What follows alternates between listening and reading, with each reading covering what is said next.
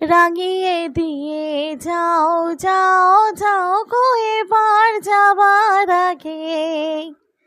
রবি ঠাকুরের এই গানটা ছাড়া দোল যেন একদম অসম্পূর্ণ।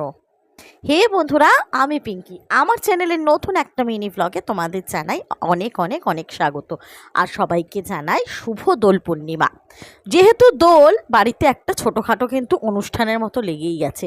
বর আর মেয়ের তো আবদার একদম সকালবেলা উঠে চাই লুচি আর তরকারি। আর সত্যি কথা, অনেক দিন লুচিটা বানানোও হচ্ছিল না, কারণ ওরা যেহেতু রুটি খেতেই পছন্দ করে, তার জন্য একটু বানিয়ে নিলাম লুচি। আর বানিয়েছিলাম আলু দিয়ে ঘুগনির বেশ একটা ট্যালট্যালে ঝোল টাইপের। দেখতেই পাচ্ছ ঝোলটা কতটা পাতলা রেখেছি, কারণ আমার না এইটা খেতেই যেন বেশি ভালো লাগে, আর আমাদের বাড়ির সবাই ভালোবাসে। এদিকে মেয়ে আর বরকে খেতে দিয়ে দিলাম, আমিও টিফিন করে নিলাম। তারপরে আজকে যেহেতু দোল পূর্ণিমা, একটুখানি কিন্তু ঝাল ঝাল করে মাটন বানাবো। আর বিশেষ কিছু রান্না না, আর একটু করে নিয়েছিলাম বাঁধাকপির তরকারি। চাটনি করতাম, তবে মেয়ে এত তাড়া দিচ্ছিল দোল খেলতে যাওয়ার জন্য, এর জন্য আর চাটনিটা করে নিই।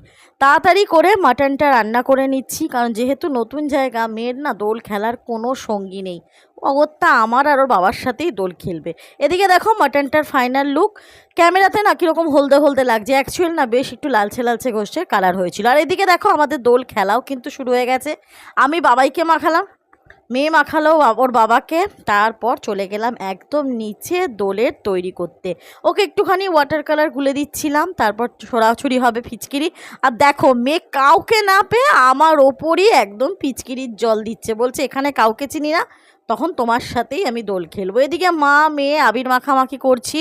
আর এখানে না আমি একটা খুব সুন্দর ভিডিও শ্যুট করছিলাম, জানো তো, যেটা কালকে তোমাদের দিয়েছি। আর এনার্জি ছিল না যে একটা কুর্তি টুর্তি কিছু পরি। অবশেষে স্নান সেরে চলে এলাম। আজকে দিনটা তো আমার এভাবেই কাটলো। দেখা হচ্ছে পরের ব্লগে, টাটা।